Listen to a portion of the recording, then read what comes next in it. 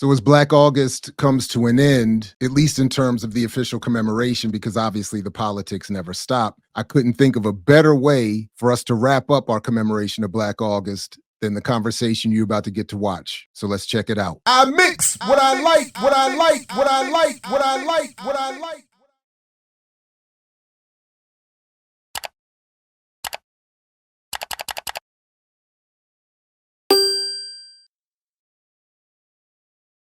What's up, world? Welcome to another edition of I Mix What I Like right here at I Mix What I Like. Again, I'm Jared Ball. Very happy to be your host.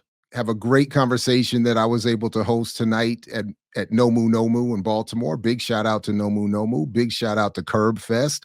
Big shout out to Black Alliance for Peace, the All-African People's Revolutionary Party, Palestinian Youth Movement, Party for Socialism and Liberation, and all those gathered and who were there to support tonight's event. Again, Curb Fest for political prisoners in Baltimore at Nomu Nomu, where tonight we had a very special treat of getting to have a conversation with Dr. Orisanmi Burton about his book, Tip of the Spear. The audio on my end is not great, so I'm going to replicate the questions here. You get to hear Dr. Burton, more importantly, in very clear, crisp audio. Initially, I asked Dr. Burton, after, again, greeting everybody, shouting out everybody, I asked Dr. Burton to talk a little bit about the connection between his book and Black August. Absolutely.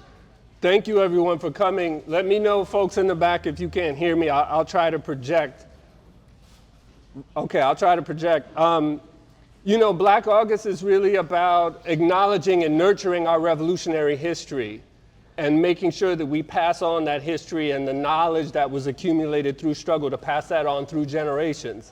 And it's also an active effort to combat the co-optation of our history, the ongoing efforts to water that history down, to make it more palatable, to make it safe, to make it seem as though all of our movements have always ever been about inclusion or incorporation into the US project and nation state.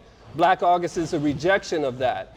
And it's a demand that we actively nurture our revolutionary principles, that we build discipline, that we think about organization, and that we raise up our revolutionary heroes, especially those who are behind the walls.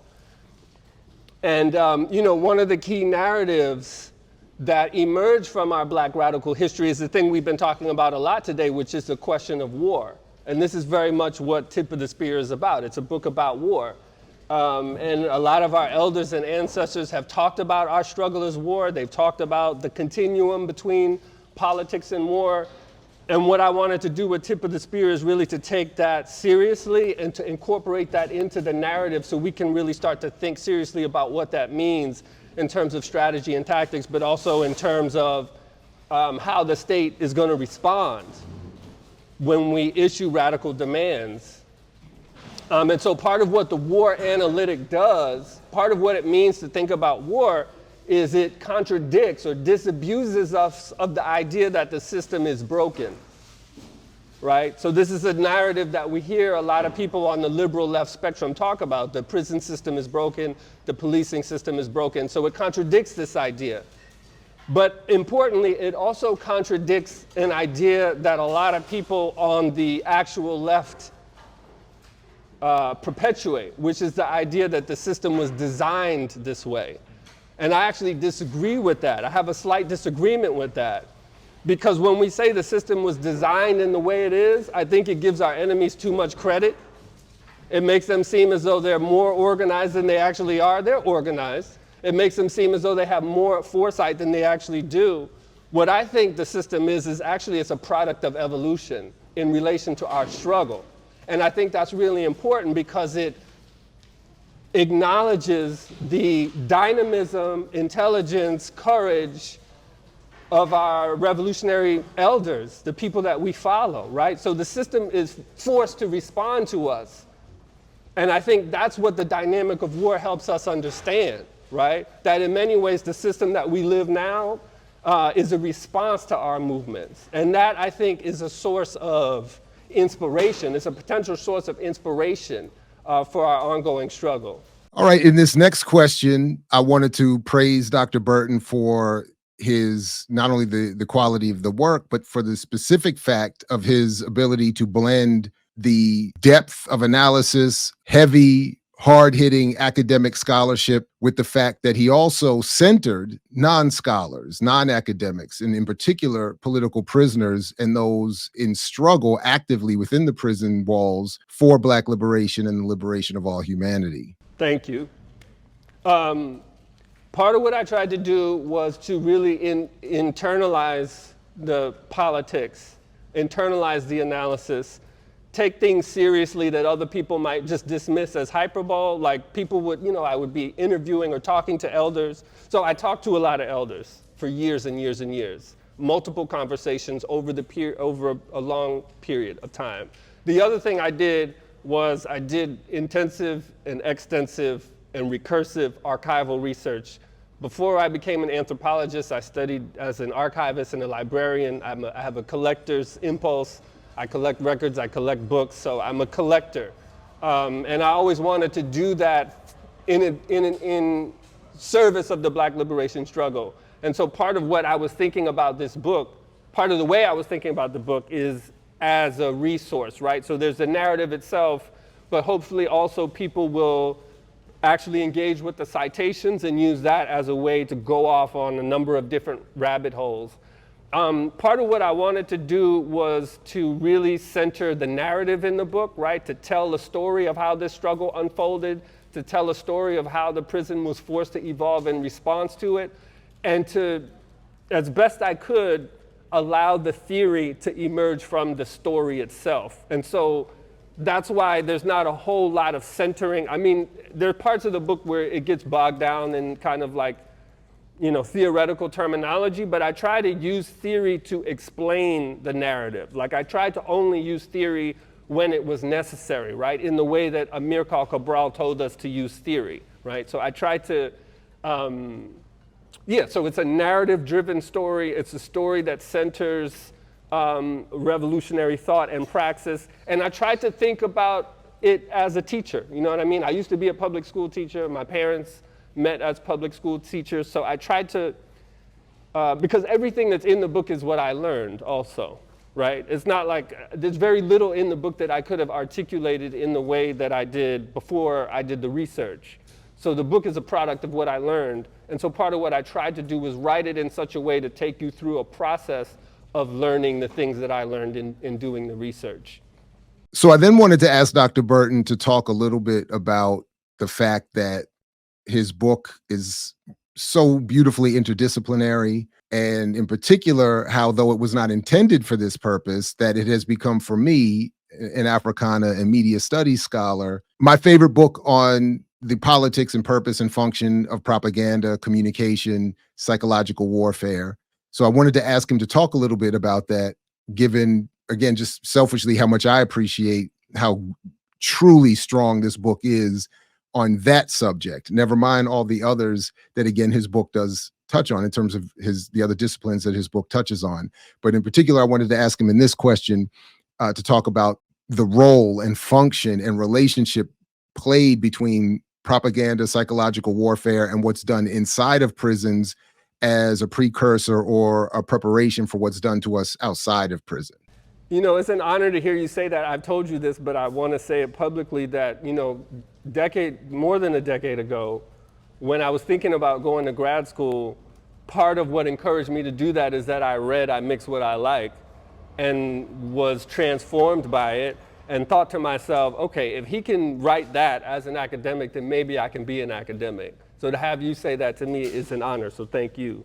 Part of what I was trying to contend with is the idea that, first of all, the war analytic, the book is about, from 1970 to 1980. This is like a key pivot point, the point at which prison growth starts to emerge and doesn't stop until around 2013, right? So the 1970s are a pivot point, and it's a moment at which the state is trying to resolve the crisis of Black radicalism and third world revolutionary organization in the streets. And so part of the prison growth that we see is an attempt to solve that problem. But of course, it creates other problems because people start to organize and rebel within the prison.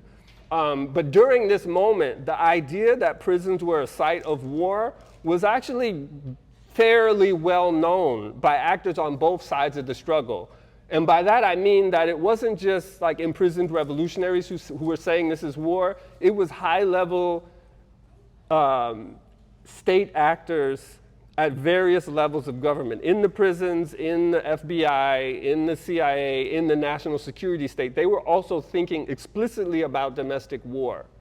And so then the question is, why is it that we are still talking about criminal justice? Why is it that we're still talking about the fact that the system is not living up to what it says it's supposed to do? Like, we constantly have to reteach ourselves that, and we constantly are working so hard to point out the contradiction of, but it's supposed to rehabilitate, why is it doing this? And again, the war analytic disabuses us of this idea. We don't have to do that work anymore if we internalize the idea that what we're engaging with is war. And this is why George Jackson talks about, okay, as soon as I accepted this, I became relaxed. And everything became clear to me, and I was able to actually work toward the remedy, right? There's less cognitive dissonance once we're clearer about the situation that we're actually in.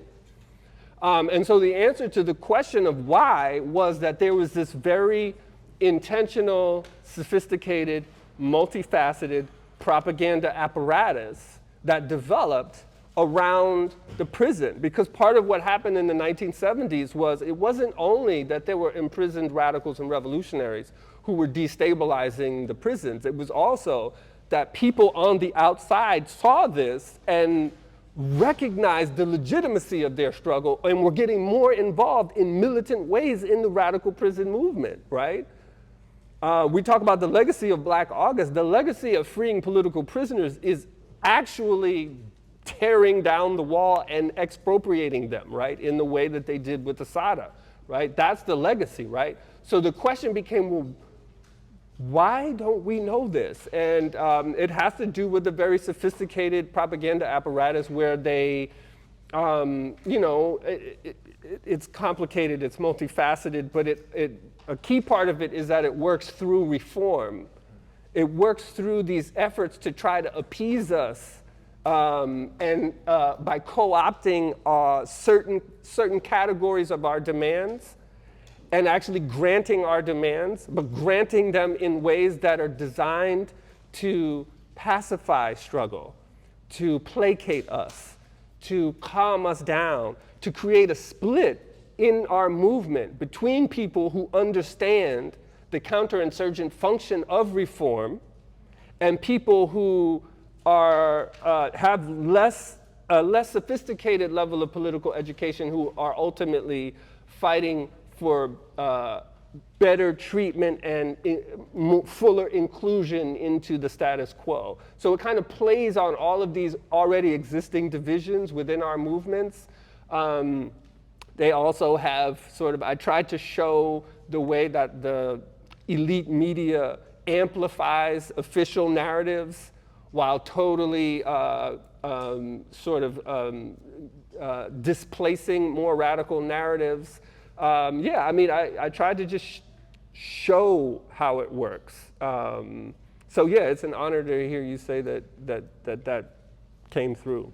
In this next question, big shout out to Jared and Millennials Are Killing Capitalism, Jared Ware, Millennials Are Killing Capitalism, and the conversation that he's been hosting over there with Dylan Rodriguez, Hiram Rivera, Orisanmi Burton, and others around counterinsurgency. So I wanted to ask Dr. Burton specifically what he thinks about the use of the term counterinsurgency and how does it relate to his own study of it, his assessment of it within Tip of the Spear. And here's what he said. Check it out.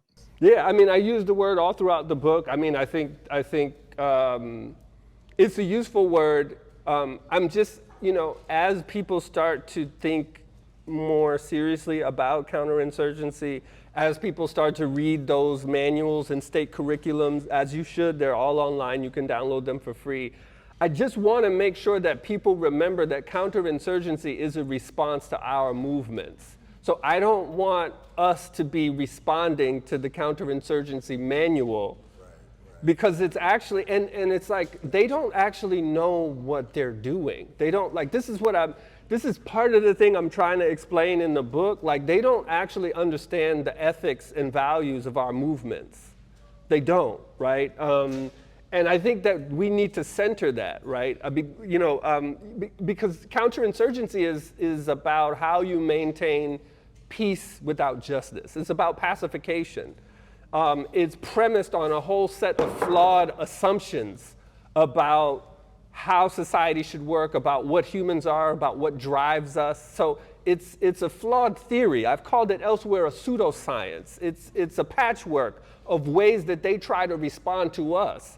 So if you really want to think about counterinsurgency in a deep way, what you should do is study our revolutionary movements, which will necessitate that you also study the way that the state responds to those movements. And in doing so, you'll study counterinsurgency, but without reifying it, right?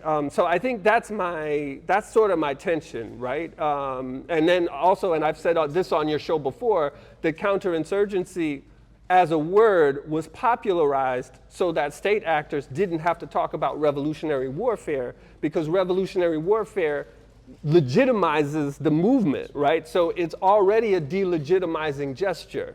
So that's my only thing, but They don't want to refer to us as prisoners of war. Exactly.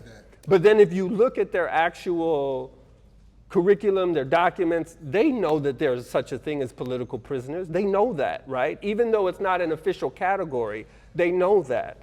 And this is important, especially since it's Black August, so let me just go on a little tangent, right? The decisive factor in terms of what makes a person a political prisoner is consciousness and will.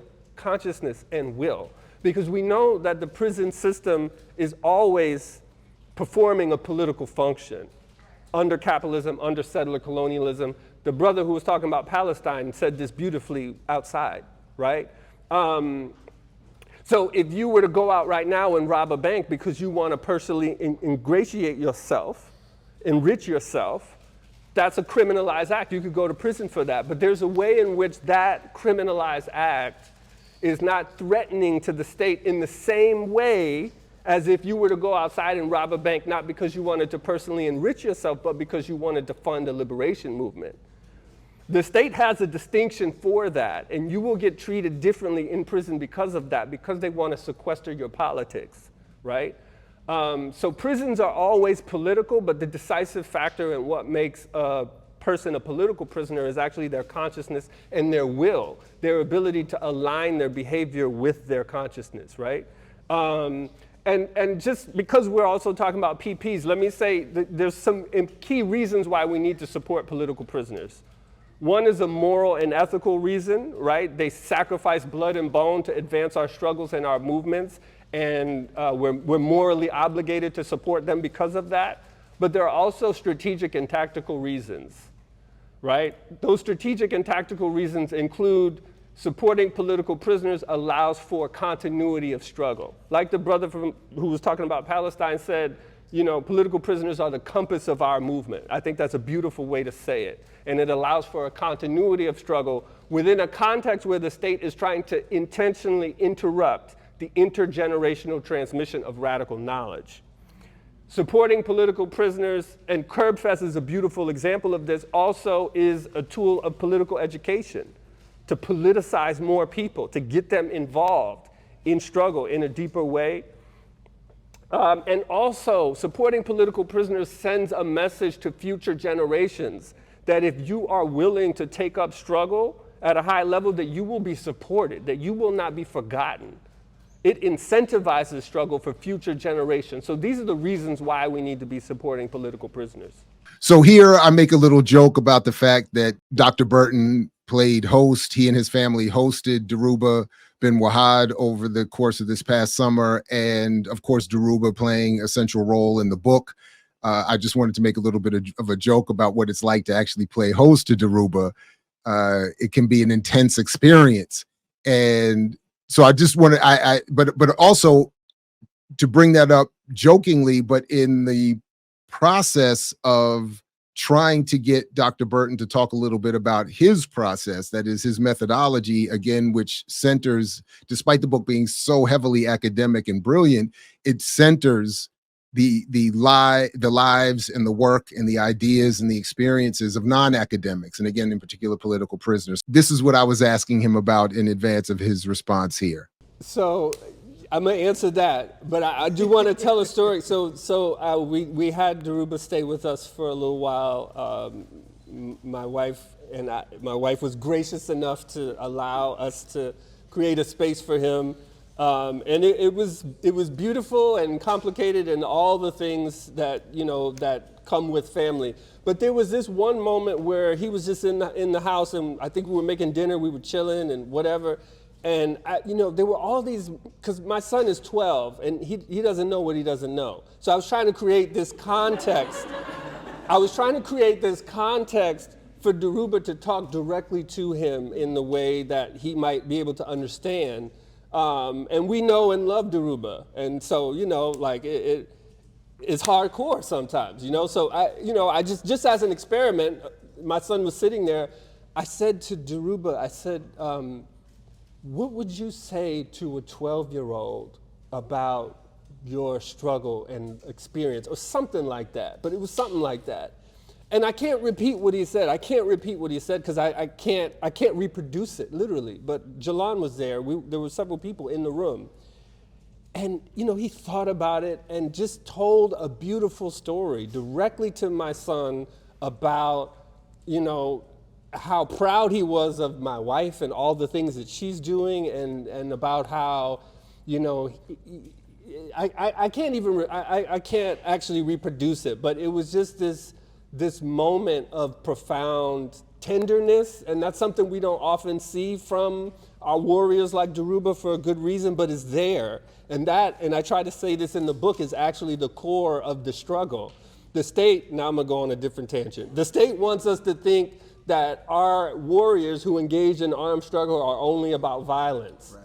But the reason why they think that is because that's how they think, which again is why we can't take counterinsurgency too seriously, because there's no love there. They don't love, it's anti-human, it's anti-human, right?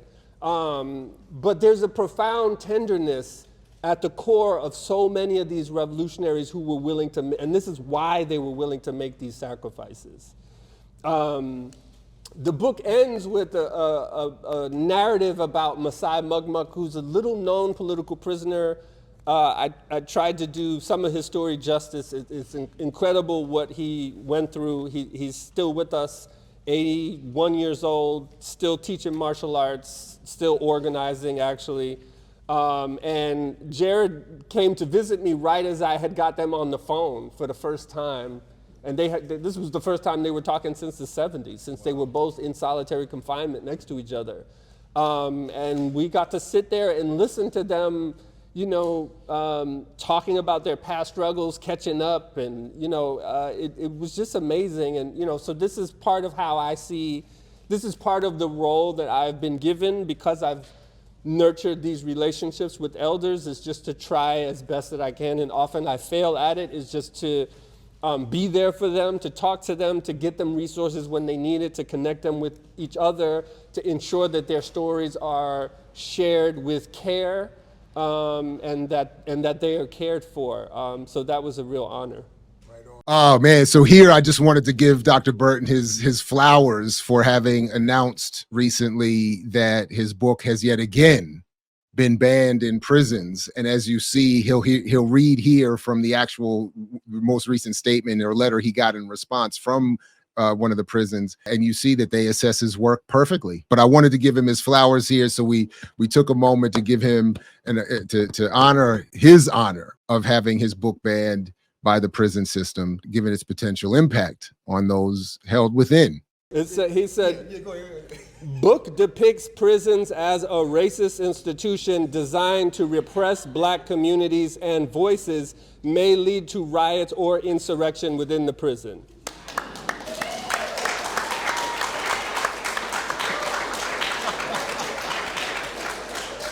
But I think the fact that they would, I think this is an acknowledgement on their tenuous hold on power and legitimacy. If a mere narrative and ideas can spark a riot, then that actually means that you're doing something wrong, right? Like, you understand what I'm saying? So this is actually an acknowledgement of how weak they are and how scared they are. At the same time, I'm impressed because that's an objective review. It's good. They read the book, and like whoever did this got like you understood the book. So I then also wanted Dr. Burton to talk a little bit about the politics of the people he studied and talks about in Tip of the Spear, the internationalism, the re-identification of self, the re-identification of race, the redefinition of relationships between people and space, a redefinition of what it means to be a prisoner. And I wanted him to talk about it in the context of what those politics could teach us about the current moment, particularly solidarity with Palestinians and others in anti-colonial struggle elsewhere in the world. And here's his response. I mean, it's really interesting. The book came out October 31st, 2023, right? So Al-Aqsa flood happened 3 weeks before the book came out, and then the book came out, and lots of people have made this comment, but because part of the analysis that they were saying is that the prison is a microcosm of the broader world, and you can learn about how the world works through the prison. And a lot of people have made the comparison between how things have unfolded in Gaza and how things unfolded in Attica, right? So you had a colonized and oppressed people lash out against their colonizers, take hostages. Rather than negotiate, the state came in with incalculable, overwhelming force, willing, and we know this via the Hannibal Doctrine, willing to kill their own people, right, in order to ensure that the integrity of their nation state or their narrative is maintained. And then the other dimension, which I won't go into, is the profoundly sexual nature of the violence and repression that were unfolding, right? And of course, even before this happened, even Israeli human rights organizations like Bet Salam had called Gaza an open air prison. So this is like Attica magnified many, many times, and in the way that people in my narrative predicted, it's demystifying quite a bit for a lot of people to see this unfolding right before our eyes.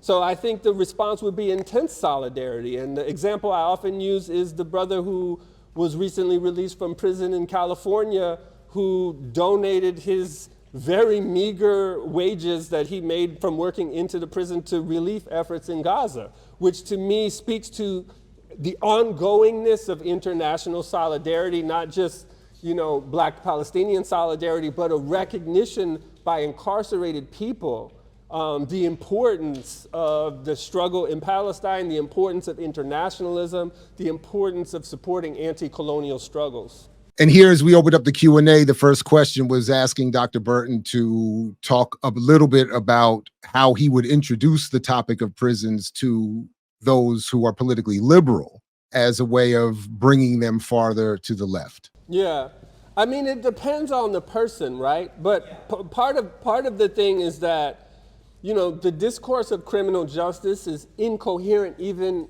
on its own terms.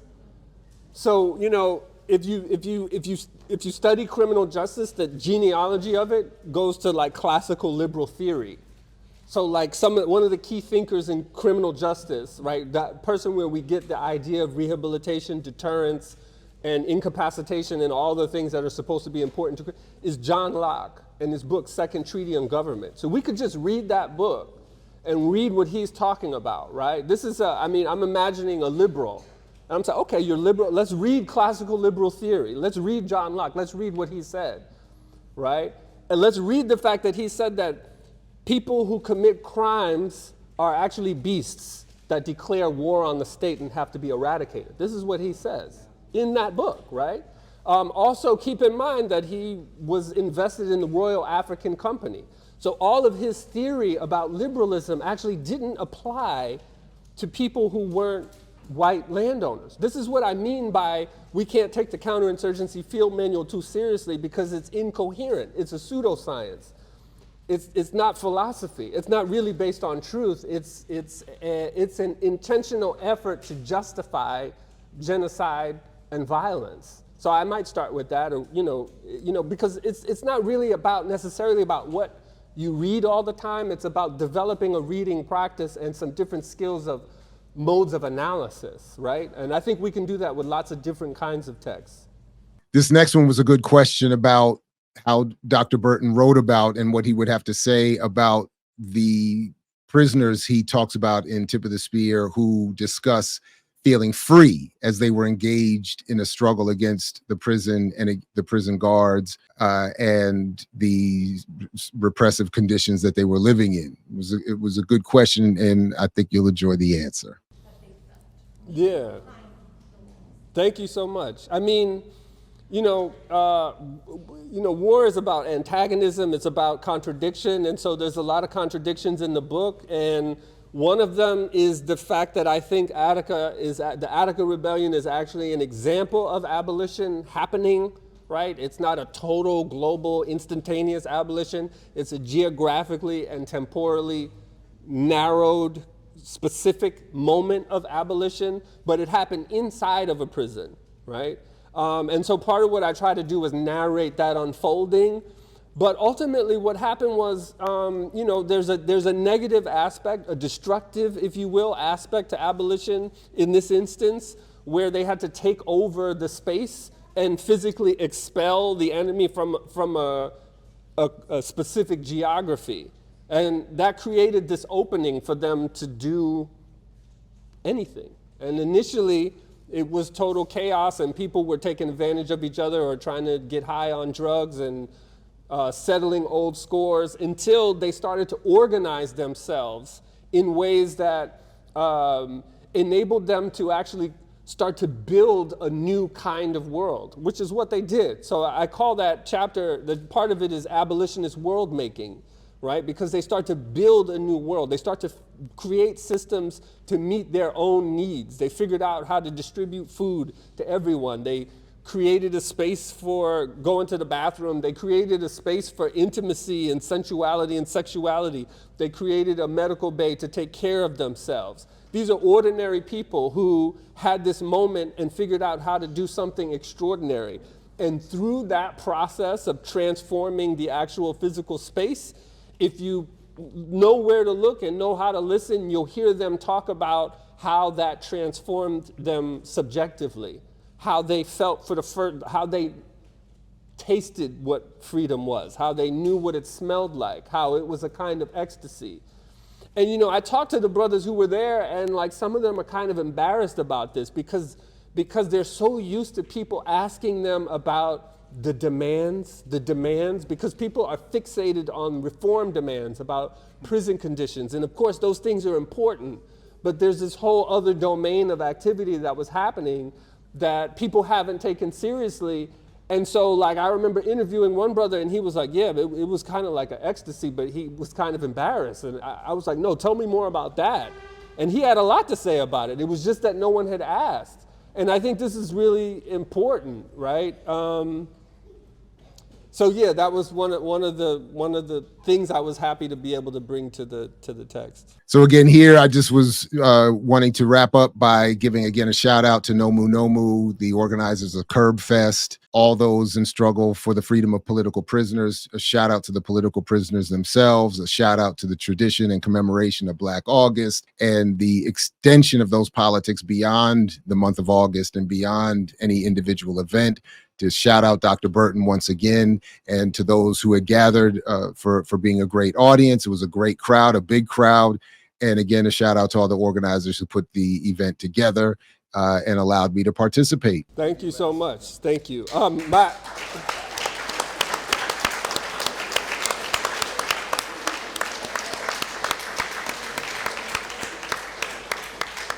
No, I was just going to affirm again, that my role was the librarian, the narrator, that as I was writing the book, I felt honored to be able to carry forth the genius of our revolutionaries. And I think when people read the book and they respond to the book, that's what we're experiencing. We're experiencing the collective genius of our revolutionary ancestors, and so it was an honor for me to be able to try to convey that to folks, and I'm honored that you think I was successful in that. So thank you.